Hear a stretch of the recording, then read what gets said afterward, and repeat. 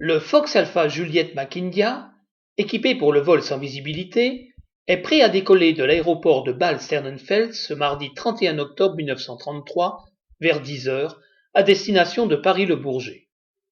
L'appareil est piloté par l'aviateur Lafanecher qui compte 5500 heures de vol, accompagné du radiomécanicien Camille Supply qui en compte 3630, dont 540 de nuit. Il transporte un passager, le docteur Werner Spoeri, un mécanicien d'Air France, M. Fernand Bloquet, de retour d'une mission à Bâle, et un fret important. En raison de l'importance de ce fret, Mme Bloquet et sa fille ne pourront voyager avec M. Bloquet. Elles prendront un Fokker suisse, la veille, à destination du Bourget. L'avion assure, pour la dernière fois de l'année, la liaison Zurich-Paris, ce service devant être supprimé le 1er novembre pour la trêve d'hiver. La durée du vol est de 3h15. Le fret est constitué de 132 kg de colis, composés de caisses de dents artificielles, de dentelles fines, de 239 kg d'or répartis en 4 caisses de lingots et une de pièces, 20 kg de poste et 4 chamois. C'est dire, si on ajoute les passagers et les 2 membres d'équipage, qu'on est près de la masse maxi de l'appareil.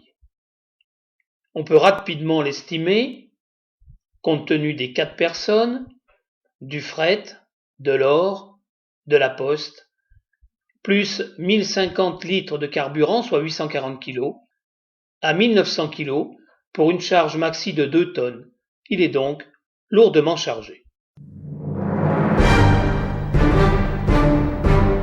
Les 28 et 29 octobre arrive l'hiver avec plusieurs semaines d'avance.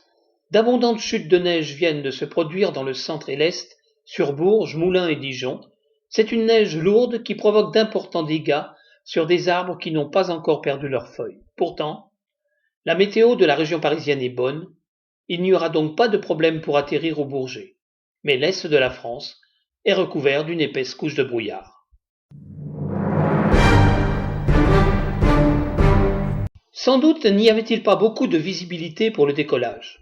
Les conditions de destination étant bonnes, les pilotes décident de partir.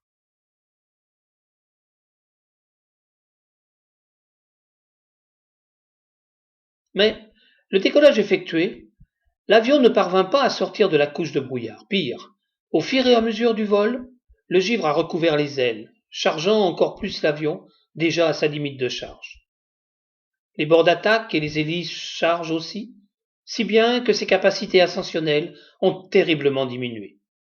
La prise d'altitude n'en finit pas. À 65 km de son point de départ, l'appareil n'a pris que 1000 pieds.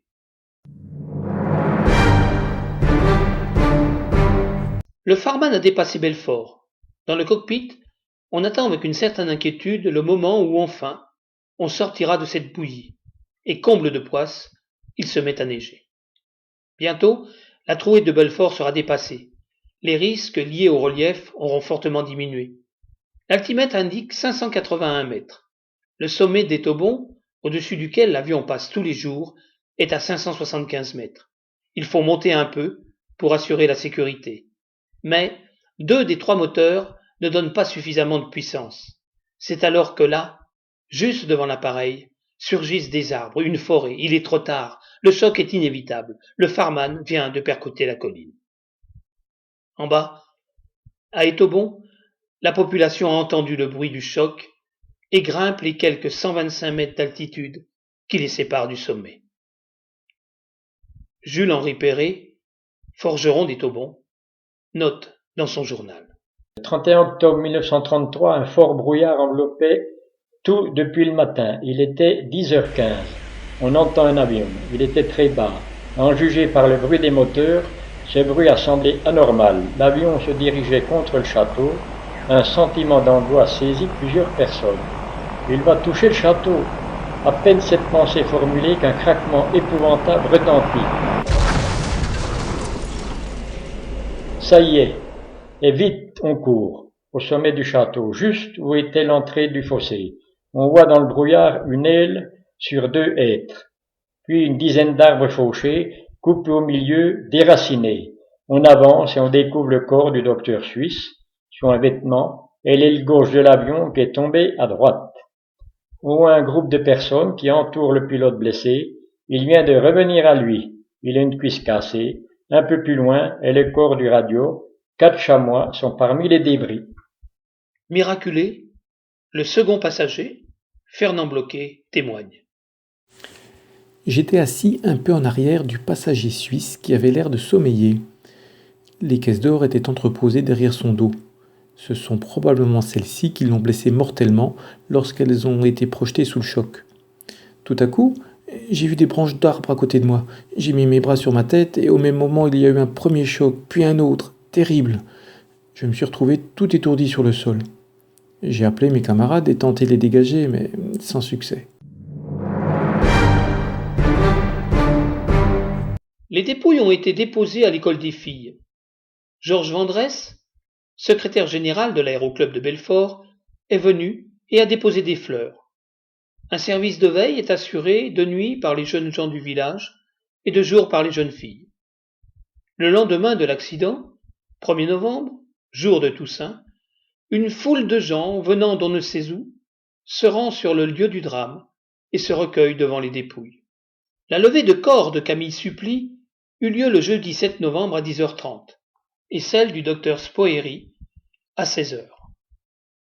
Toute la population, son maire en tête, était là, recueillie et grave, faisant pendant au directeur d'Air France, M. Brun, aux camarades du radiotélégraphiste Supply et à une délégation de l'aviation.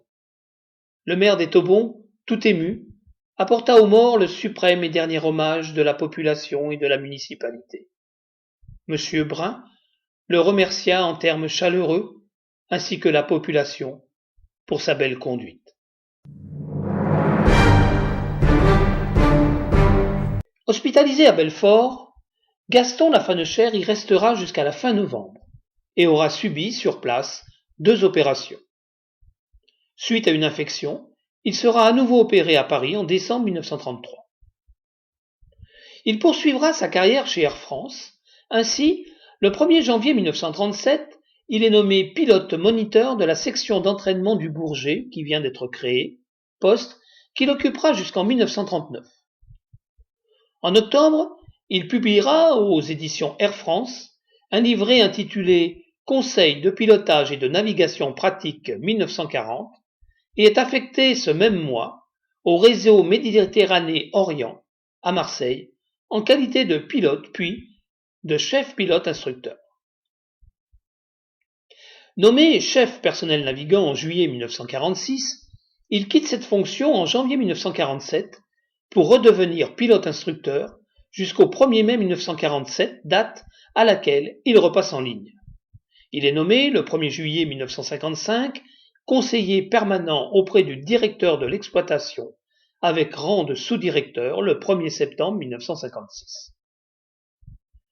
Nommé représentant régional en Grèce, il est admis à la retraite du personnel navigant en mars 1959 avec 17 979 heures de vol. Gaston Lafanechère était officier de la Légion d'honneur et titulaire de la médaille militaire, de la médaille de l'aéronautique, de l'étoile noire du Bénin et des médailles d'honneur de l'aéronautique. Il décédera à la fin des années 1970. L'autre rescapé, le mécanicien Bloquet, restera à l'hôpital de Belfort jusqu'au vendredi 6 novembre. Il est reparti presque remis de ses blessures physiques. Il aura pendant quelque temps des étourdissements, mais reprendra son travail et il aura l'occasion de survoler la colline des Taubons, le jour anniversaire de l'accident, en 1934 et en 1935.